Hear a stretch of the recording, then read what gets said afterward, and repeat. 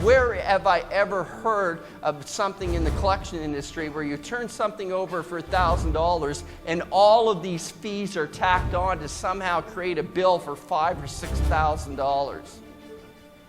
Who thinks that that's wrong? Raise both hands if you think that that's wrong. Okay? What I wanted to show is that every hand in the room is in fact up.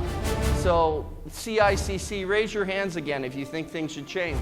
CICC and Mr. Commissioners, if you notice, every hand in this room is up. There's over 400 people in this room and all of their hands are up. They think that things should change in this industry.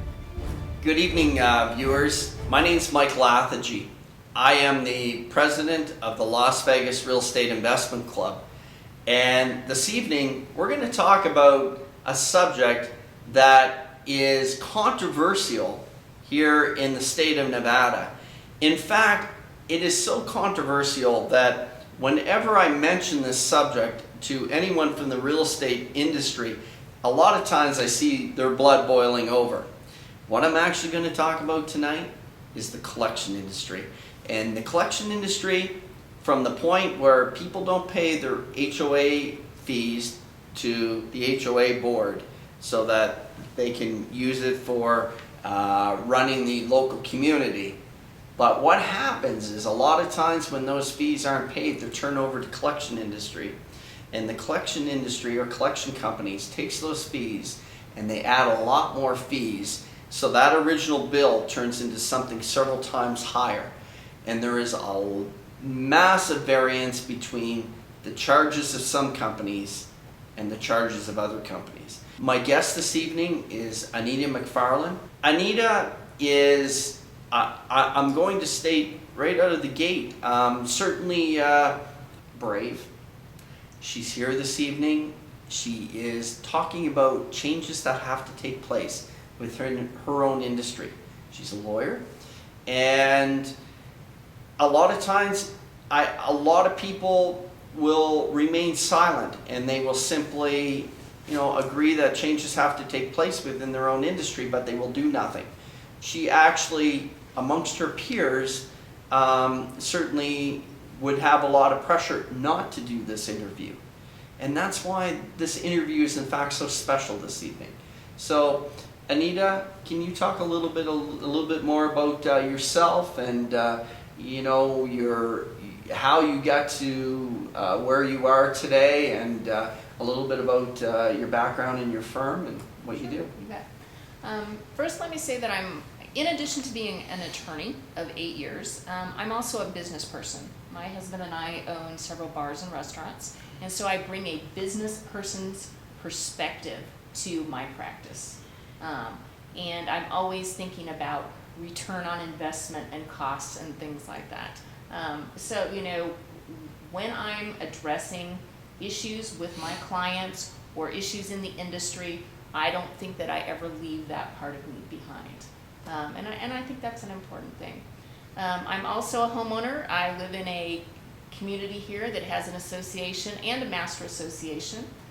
So the homeowners association issues are personal to me. And having lived here for 8 years, I feel that this is my home and my community, so those parts of my practice are very important to me. My firm is the Cooper Castle Law Firm, and we're a full-service mortgage, banking, and real estate firm. We have a staff of 10 or so attorneys, full paralegal staff. We do evictions work, bankruptcy work, foreclosure work for trustees' deeds, as well as HOA work. So we're not specific to the HOA industry like some collection firms or law firms might be, but everything that we do is related to the real estate industry. We don't stray far from what we know best. And I'll say that, I hold my clients close to my heart and make sure that I am taking on tasks that are related to what I know about. And so by practicing in this very, very narrow area, I think that I lend a lot of experience and knowledge about what we're working on. People don't have. Now, I actually had sought you out. It's interesting because In a lot of ways, I know that I've been very much involved in the lobby movement to make positive change of what a lot of people view to be abusive practices within the collection industry.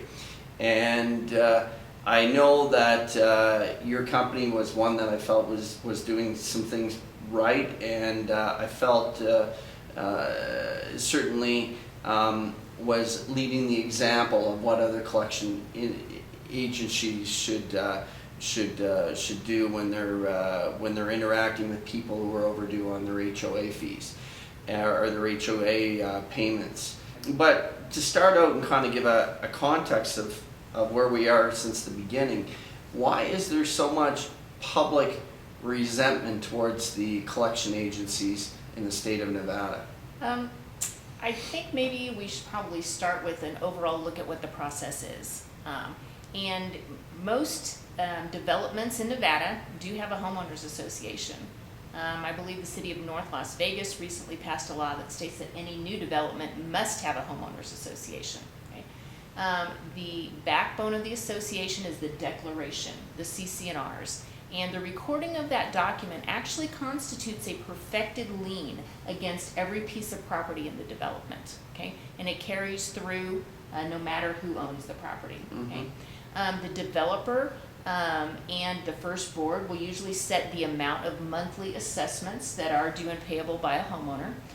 Some associations can be self-managed, but most of them will hire a management company to oversee the monthly intake of the assessments. Or if you have weeds in your yard, violations, other issues of business, a management company will typically handle all of those things. So if someone becomes, delinquent in their monthly assessments, the management company may send them a letter or two. But then the standard practice here in Nevada has become just to turn the account over to a collection agency or a law firm to initiate a foreclosure of the lien that has been created by the CC&Rs. And it's a fairly simple 4-step statutory process that has been kind of inflated into some big, huge, complicated thing in order to make it seem, worth more money. I'll say that. Because the documents that have to be recorded or mailed are very simple 1 or 2 page documents. The first step in the process is actually a notice of delinquent assessment lien. This is a 1-page notice. It's not even required to be recorded. It's not much more than a letter. It is the first step required by the Homeowners Association's statute to initiate the foreclosure process. From the recipient's view, there's no real difference in that service. Absolutely not. So why is it that these other collection agencies will charge 3 to 4 times more than a firm like yourself? Because they can. What do you mean they can? Well, there is no one regulating the fees, first of all. There's a proposal out there for the Common Interest Community Commission to regulate these fees. There have been some amounts, proposed, some counter amounts proposed. But the problem is that, the board and the management company hire the collection companies to foreclose the assessment liens. But they are never the ones actually paying the fees that are being charged by the collection companies. The distraught homeowner who's unemployed, who probably isn't maybe participating in the membership of his association, or if the property is actually foreclosed, an investor or a bank may end up with the property. And those are the folks that are ultimately paying these HOA collection fees. It's the non-paying homeowner that's probably not voting, not a board member, or a third party that ends up paying these fees. And so the collection agencies are basically able to sell a bill of goods to the board and the management companies by saying, hey, look, it's okay if it costs $300 or $400 because you're not paying it. I won't ever send you a bill, association.